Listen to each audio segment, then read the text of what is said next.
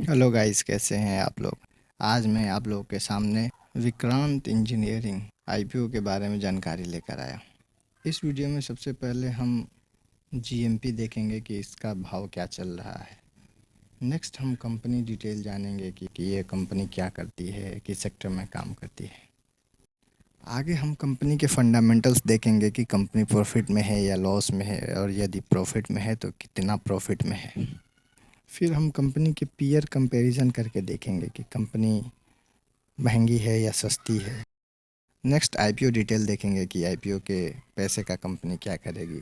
Company expansion plan कर रही है या फिर डेब्ट पेमेंट करेगी। लास्ट में हम कंक्लूजन देखेंगे।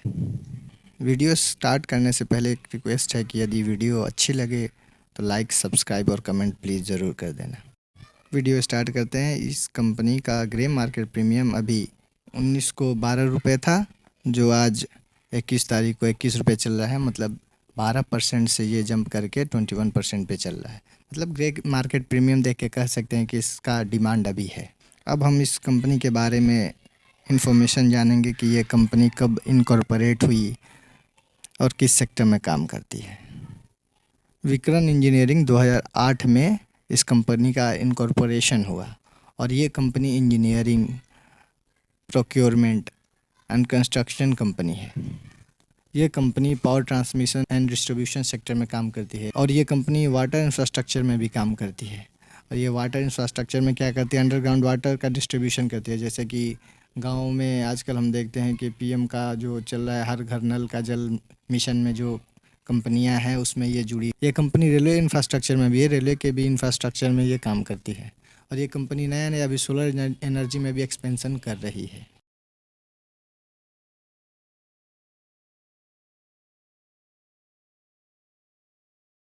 ये कंपनी अभी तक 14 स्टेट में 45 प्रोजेक्ट को डिलीवर कर चुकी है, और ये कंपनी 16 स्टेट में 44 प्रोजेक्ट पे काम कर रही है।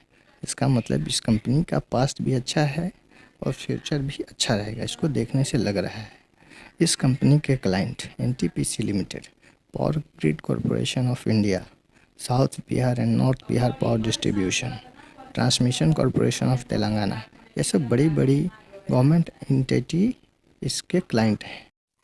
अब हम कंपनी के फाइनेंशियल के बारे में देखेंगे। इस कंपनी का एसेट्स जो कि 2023 में 712 करोड़ था, ये 2025 में बढ़कर 1354 करोड़ हो गया। इसके एसेट्स में अप्रॉक्स 90% का जंप हुआ है। अब हम इसके टोटल इनकम देखेंगे, जो कि 2023 में 529 करोड़ था, और ये 74% का है। अब हम प्रॉफिट आफ्टर टैक्स देखेंगे, पैट पैट जो कि 42 करोड़ 2023 में था, और ये बढ़ के 77 करोड़ 2025 में हो गया है, जो कि 83% का ग्रोथ है।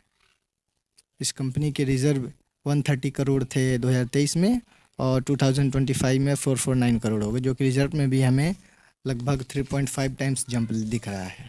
और इस कंपनी का बोरोइंग 154 करोड़ 2023 में था, और 2025 में 272 करोड़ हुआ है, जो कि बोरोइंग में हमें थोड़ा जंप दिख। अब हम देखेंगे कि इस कंपनी का आईपीओ के बाद इस कंपनी का मार्केट कैप 2500 करोड़ के पास इसका मार्केट कैप हो जाएगा।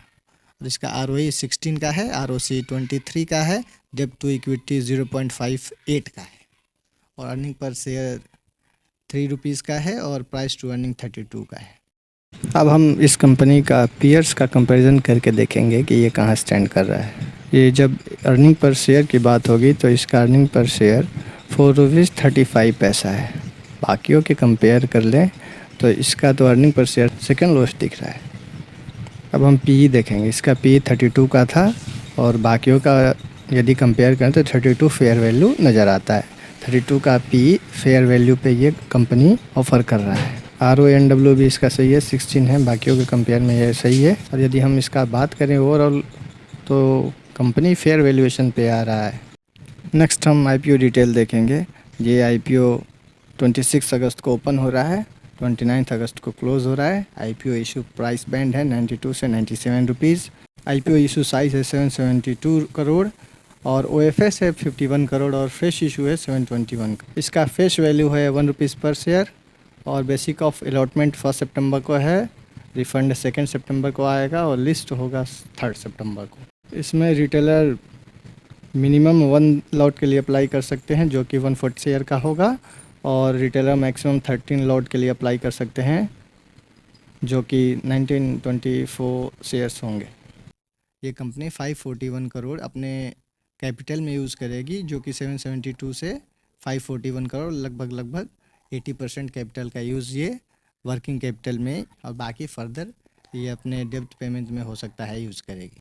कंक्लूज़न में अब हम देखेंगे तो इसका जीएमपी जो कि 21% चल रहा है, जो कि शॉर्ट का टर्म गेन के लिए ठीक है। इसका पी 34 है, और पीयर कंपैरिजन करके देखें तो 34 भी फेयर वैल्यू पे है। ये मल्टीपल सेक्टर में काम करती है। इस कंपनी का हम ईयर ऑन ईयर बेसिस पे रेवेन्यू देखें, प्रॉफिट देखें, तो पर भी हमें पता चलेगा कि रेवेन्यू भी सही है, इसका प्रॉफिट भी सही है, और इसका ग्रोथ भी सही हो रहा है। बाई करने या ना करने का डिसीज़न आपको अपने रिस्क फैक्टर एनालिसिस करके देखना चाहिए, और किसी के कहने पे आपको अप्लाई नहीं करना चाहिए। यदि वीडियो अच्छी लगे तो कृपया लाइक और सब्सक्राइब ज़रूर कर दें। Thank you.